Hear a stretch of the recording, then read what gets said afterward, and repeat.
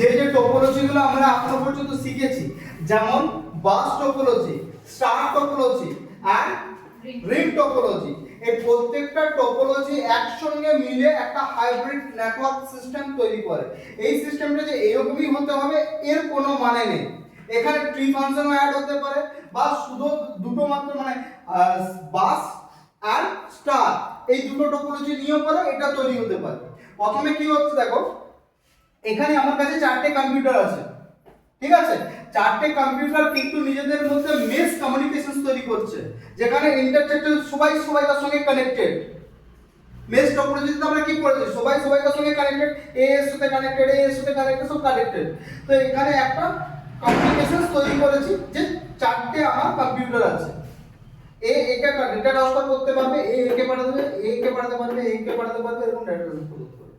এরপরে কি হচ্ছে, আমার কাছে বাস টোপোলজির ক্ষেত্রে আসছি। বাস টোপোলজির কাছে আসার জন্য এখান থেকে আমি আসছি প্রথমে হাবে। একটা হাব এখানে অ্যাড অন করেছি, দেখো এই যে হাব, এই হাব থেকে এই মেন কেবলের লাইনটা যাচ্ছে, মানে ডেটাটা ট্রান্সফার হচ্ছে।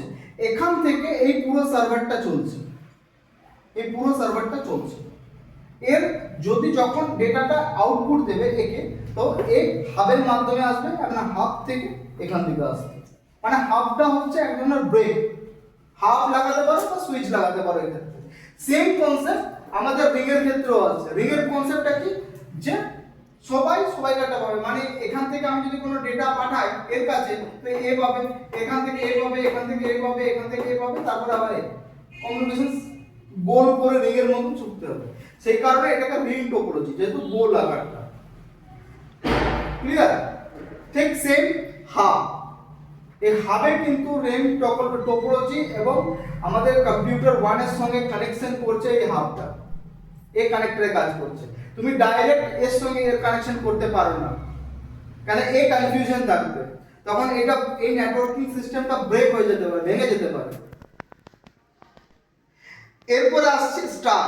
স্টারটা কি, সেকেন্ড কম্পিউটারের সঙ্গে স্টারটা কানেক্টেড করেছে।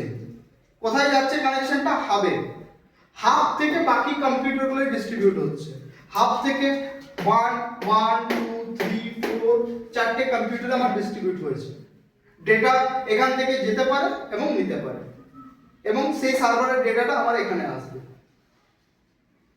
এইরকম ভাবে বিভিন্ন টোপোলজিগুলোকে একসঙ্গে কানেক্টেড করে আমরা হাইব্রিড টোপোলজি ইউজ করি। এই হাইব্রিড টোপোলজি বেসিক্যালি তুমি কর্পোরেট সেক্টরে পাবে। ধরো সামথিং তুমি আইবিএম এর কোনো অফিসে গেছো, ঠিক আছে? আইবিএম এর একটা অফিস 20 তলা ফ্লোর, মানে 20 তলার একটা অফিস।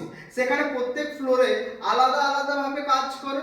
কেউ কল সেন্টারে কাজ করছে, কেউ সফটওয়্যার ডেভেলপ করছে, কেউ সফটওয়্যারের ব্যাকএন্ডে কাজ করছে, কেউ ফটোশপের উপরে কাজ করছে, এরকম বিভিন্ন ভাবে কাজ করছে। এবারে প্রত্যেকটা কাজকে একটা সেন্ট্রালাইজ জায়গায় তো আনতে হবে, তবে তো পুরো কাজটাকে আমি ম্যানেজ করতে পারবো। সেই ম্যানেজটা হবে কি করে, সেই ক্ষেত্রে আমরা এই হাইব্রিড টোপোলজি ইউজ করি। কারণ ধরো আমার একটা ফ্লোর, এই একটা ফ্লোর আছে, এই ফ্লোরে আমি টোপোলজি ইউজ করছি বাস টোপোলজি আর রিং টোপোলজি। আমার এই রুমে বাস টোপোলজি ইউজ করলাম, যেহেতু লম্বা লম্বা আছে, 20 ফুট লম্বা আছে, 10 ফুট লম্বা আছে, আমি বাস টোপোলজি ইউজ করে দিলাম। একটা মেন সার্ভার রেখে দিলাম, হয়ে গেল। সুইচ একটা রেখে দিলাম, সার্ভার থেকে সুইচে গেল, সুইচ থেকে ফ্লোরের একটা মেন সার্ভার করলাম, সেখানে আবার কানেকশন হচ্ছে। কানেকশন যে হয়ে গেল, এবারে এই কানেকশন তো হয়ে গেল, এই ডেটাটা কোথায় পাঠাচ্ছে, কম্পিউটার 4 এ ডেটা পাঠাচ্ছে। ঠিক আরেকটা ফ্লোরে গেলাম, সেখানে আবার একটা টোপোলজি ইউজ করা আছে, সেই টোপোলজি আবার তোমার কম্পিউটার 1 এ যাচ্ছে। সেম জিনিস আবার কম্পিউটারে আসে। এবারে সবটাকে নিয়ে পরে কম্পিউটার 3 এর কাছে চলে এলো, পুরো কনসেপ্টটাকে নিয়ে 3 এ আসছে।